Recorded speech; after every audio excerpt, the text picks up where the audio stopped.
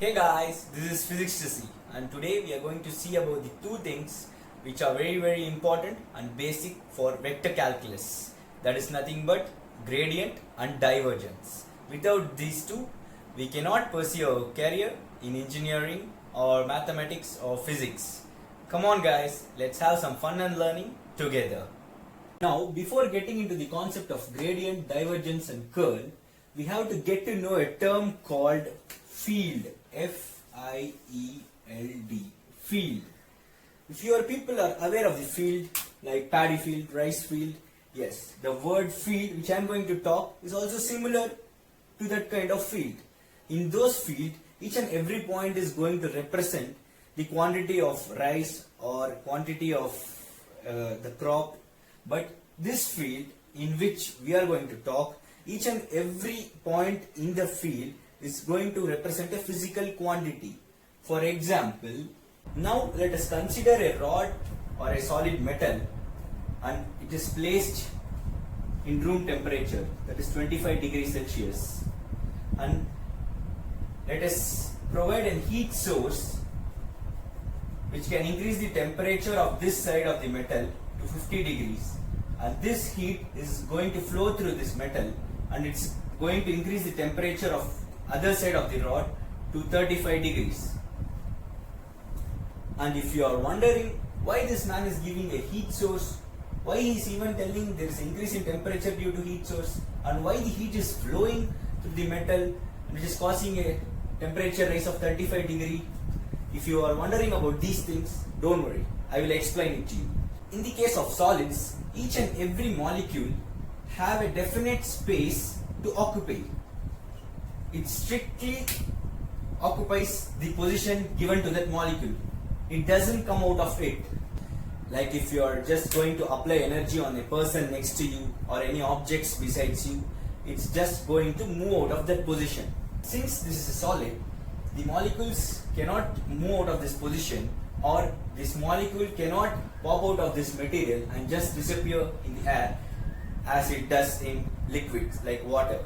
And when the molecules from the liquids like water just pops out of the material and just disappears in the air, we humans call this process as evaporation. But in the case of solids, the molecules are going to vibrate in its own position, and this vibration is going to cause vibration in the neighboring molecule, and this is going to continue. And this transfer of energy, what we call as heat, and due to this vibration in molecules, it's going to cause a friction in between them, and due to this friction there is going to be an increase in a property which is known as temperature. As you can see, if you rub your palms together and if you just place it, it is going to feel warmer or hotter than its usual temperature. This is what is happening, and due to this heat flow we get a temperature distribution in this solid, like 45 degrees Celsius, 40 degrees Celsius, 35 degrees Celsius, and let's say 30 degrees Celsius. And if you are going to ask why the temperature is decreasing, you can see that the heat is flowing, and this end the heat is transferred into the air molecules near the solid, and these air molecules will experience a rise in temperature. So continuously the heat is flowing outside the solid, whereas here continuously we are generating a heat by keeping a heat source, and thus we have a temperature distribution. And now each and every point in this solid is going to represent a temperature, like 49 degrees Celsius, 48 degrees Celsius, 38 degrees Celsius. So each and every point in this solid is going to represent a physical quantity called temperature. So we can say we have a temperature field over this solid. Now let's say this metal plate is of 20 centimeter length, and if you divide this length by unit length, let's say 5 centimeters,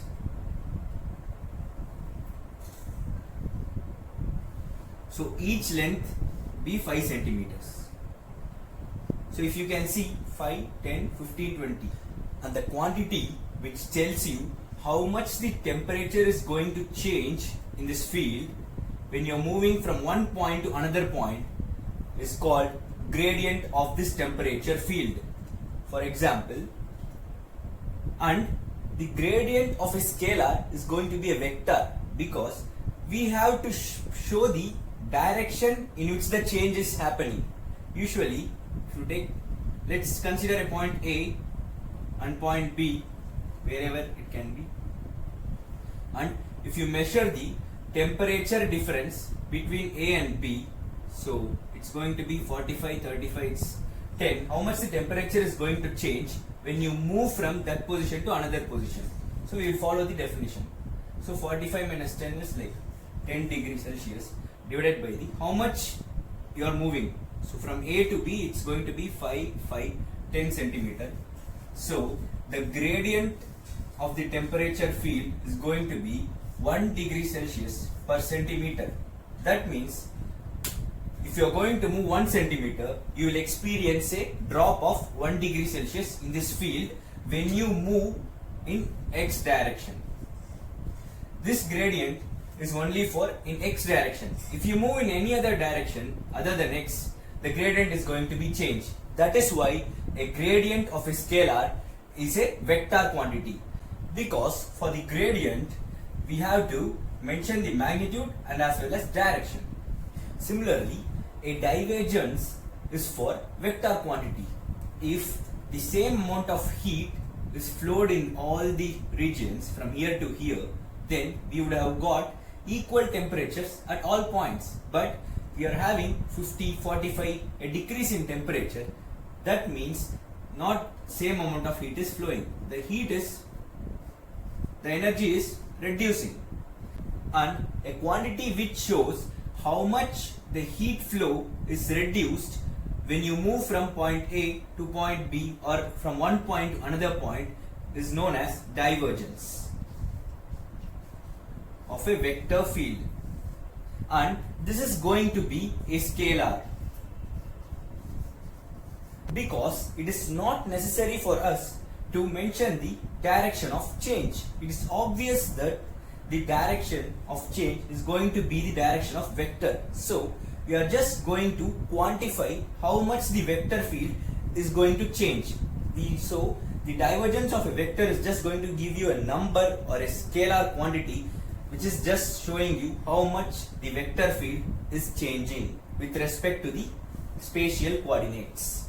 From this, if the divergence of a vector field is not zero, as in this case, there's going to be a source or a sink in this field.